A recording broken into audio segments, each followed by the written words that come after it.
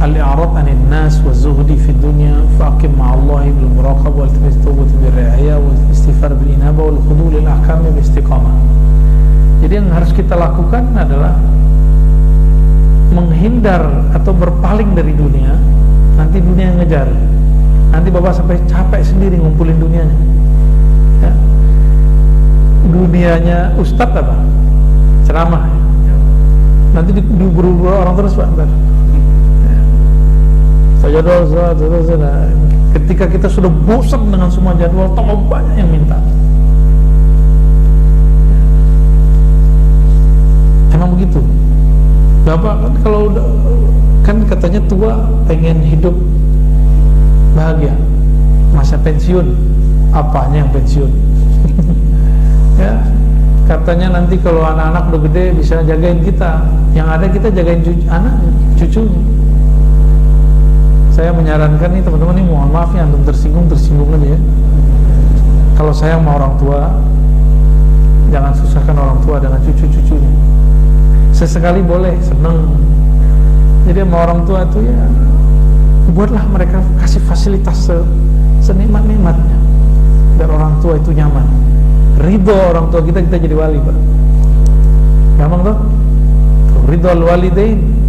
Ridhonya orang tua itu ridho Allah. Kalau Allah ridho, walinya ridho Allah fi ridhal walidain, kan gitu ungkapannya. Uwais Al-Qarni jadi wali kenapa? Karena dia banyak wirid? Karena dia berkali-kali umroh? Enggak. Kenapa ini nggak diekspos? Kenapa sebelum pandemi? Kayaknya kalau mau jadi orang bener umroh dulu berkali-kali ya. Yang kaya orang travel ya. Maaf ya orang travel ya. Ini nggak diekspos bahwa Uwais Al-Qarni jadi wali bukan karena dia pergi haji umroh, justru karena dia nggak jadi pergi umroh dan haji. Kenapa dia menjadi wali? Karena dia merawat ibunya, memuliakan ibunya, mahar masuk jadi wali itu. Gampang-gampang susah ya? Ya enaknya ngomongin doang, ntar kalau sudah ketemu orang tuanya bingung. Wah masih ada, cukup banyak ini ya.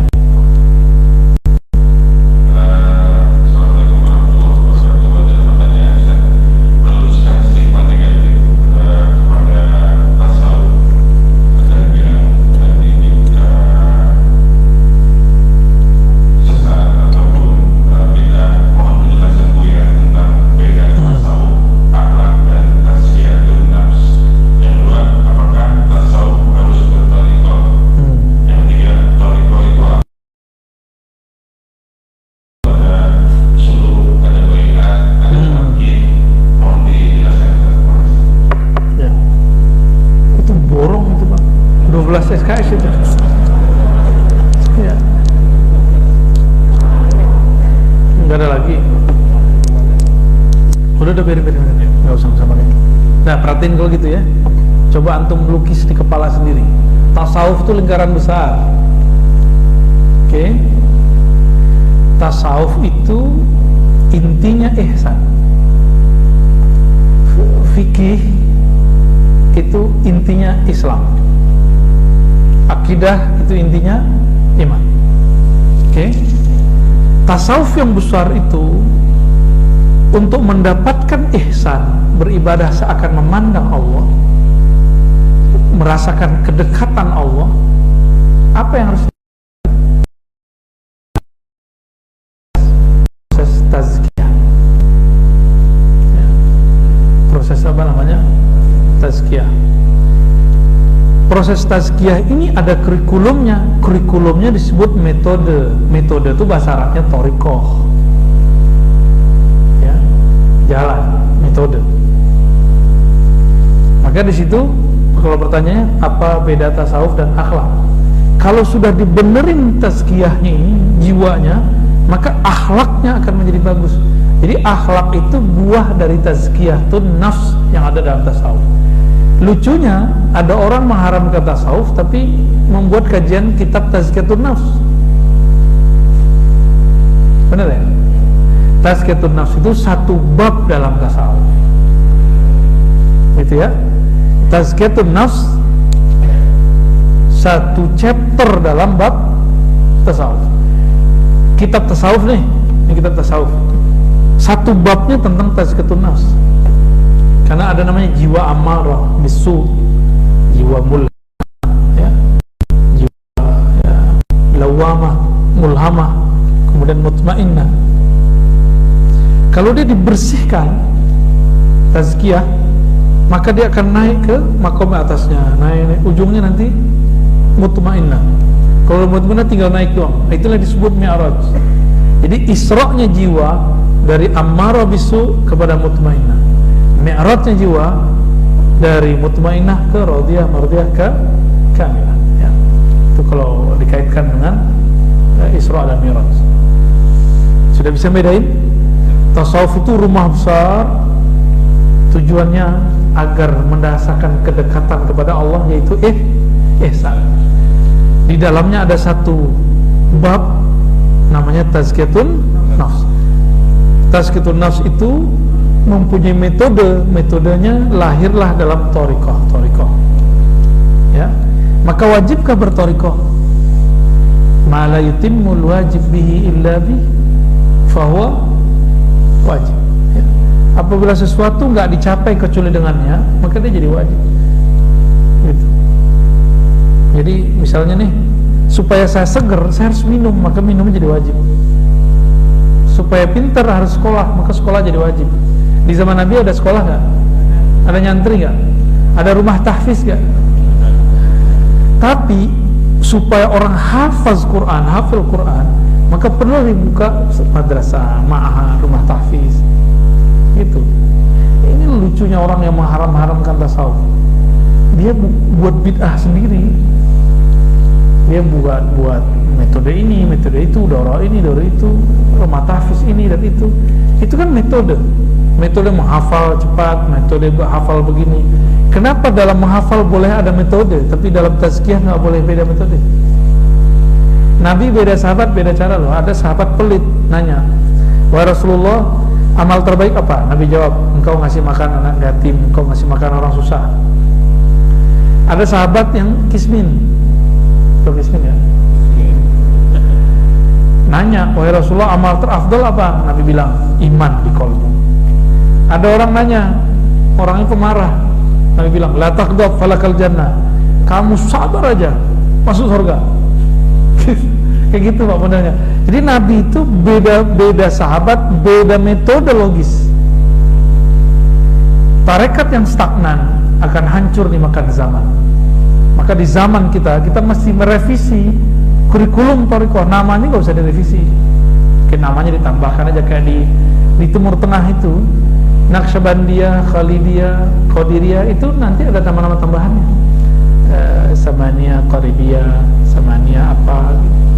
Jadi mereka suka menambahkan di belakang sebagai bentuk ada revisi dan tajdid.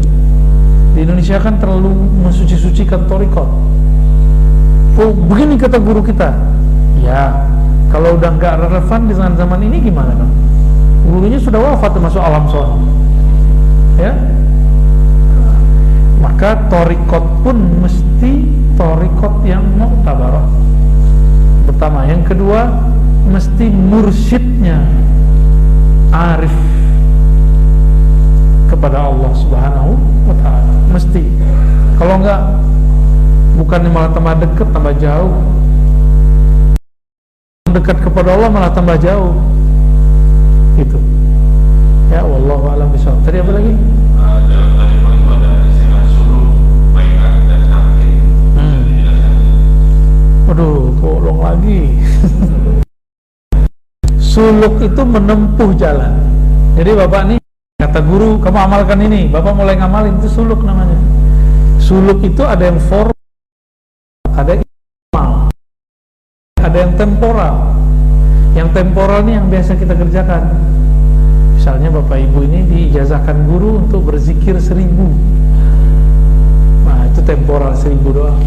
Kalau khalwat, jadi suluk bentuknya khalwat, bisa 10 hari, bisa 30 hari, bisa terserah berapa perintah guru. Syekh Abdullah Faiz Dagestani, seorang mursyid Naqsyabandiyah, gurunya Syekh Haqqani, terkenal nih, Syekh Nazim Haqqani. Itu beliau kalau lagi suluk, Pak, antum nggak sanggup, aneh nggak sanggup, mikirin dunia wudu. Mikirin dunia wudu, lupa kepada Allah wudu, teringat dunia mandi tobat. Ya, itu thariqah beliau tuh. Jadi Naqsyabandiyah beliau sudah beda dengan Naqsyabandiyah sebelumnya. Di Naqsyabandiyah sebelumnya mandi cukup di awal mau zikir, mau talqin zikir. Beda dengan Qadiriyah sebelumnya, udah beda-beda tuh. Syekh Abdullah Faiz kemudian meringkasnya. Gitu. Kan nggak mungkin, Pak, beliau ngajarin Bapak gitu. Ada yang mau belajar thariqah sama saya, ntar saya gituin gimana? Kamu lupa kepada Allah, wudu. Ingat dunia, mandi. Ya, bisa mandi 50 kali sehari. Kita ini hidup di akhir zaman, insya Allah banyak rukhsah. Insya Allah banyak rukhsah. Yang penting tasdik saja kepada wali-wali Allah, ya. Nah, kitab ini kan yang nulis wali Allah, maka kita tasdik kepada isinya. Tasdik itu membenarkannya, ya. Jadi tidak ada lagi pertanyaan tasawuf ada kan di masa Rasul, ya salah, ya. Malam tadi saya mengkaji dari Alif Lam Mim sampai berapa ayat? 3 ayat, ya. Sisi tasawuf dalam surah Al-Baqarah, setiap ayatnya ada. Tasawuf itu membahas mulai dari bab niat, taubat, sampai kemudian mahabbah, ridho. Jadi kalau orang nanya, khusyuk masuk di tengah-tengahnya. Adakah tasawuf di Quran? Banyak. Setiap ayat sabar itu tasawuf, setiap ayat syukur tasawuf, setiap ayat ikhlas tasawuf, setiap ayat-ayat yang menyebutkan amal ruhani, maka itu tasawuf. Gitu ya, paham ya?